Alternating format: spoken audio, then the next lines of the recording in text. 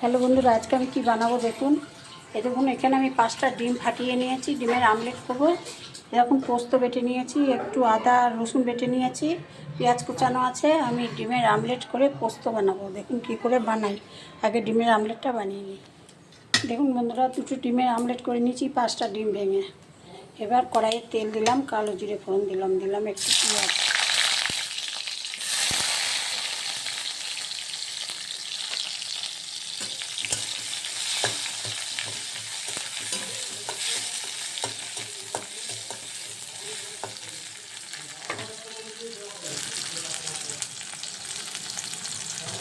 তারপরে স্বাদ অনুযায়ী লবণটাও দিয়ে দিলাম।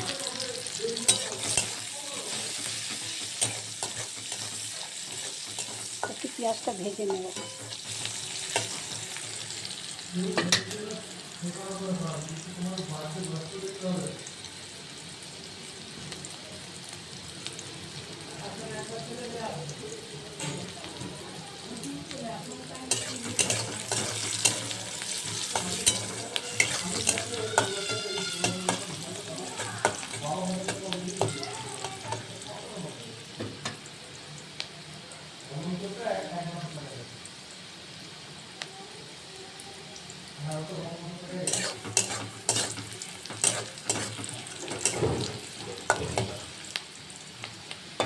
পেঁয়াজ ভাজা হয়ে গেছে।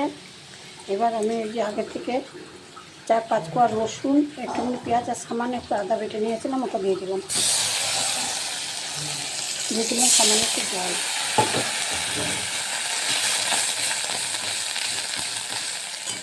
মশলাটা একটু কষিয়ে নেবো। এটা আমি হলুদ দেবো না।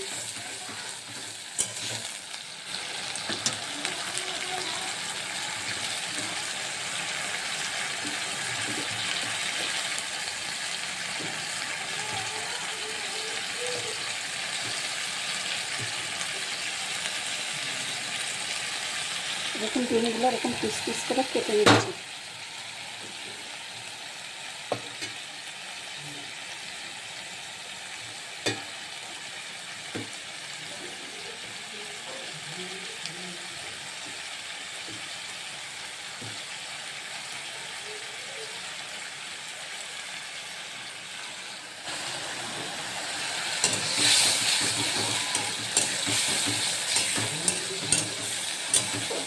মশলাটা একটু কষিয়ে নেবো ভালো করে।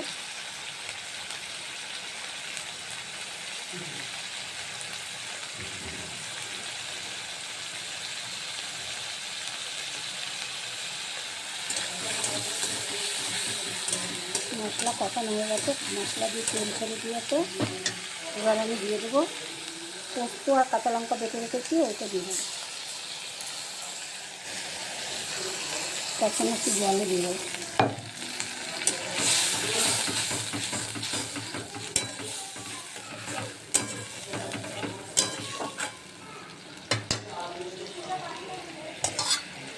আর একটু জল দিয়ে দেবো।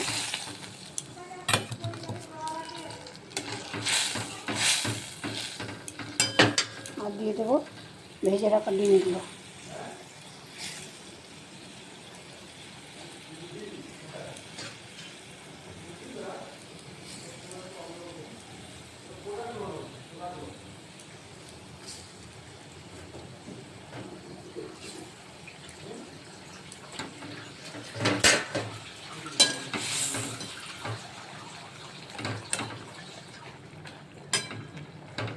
এবার একটু ফুটতে দেবো।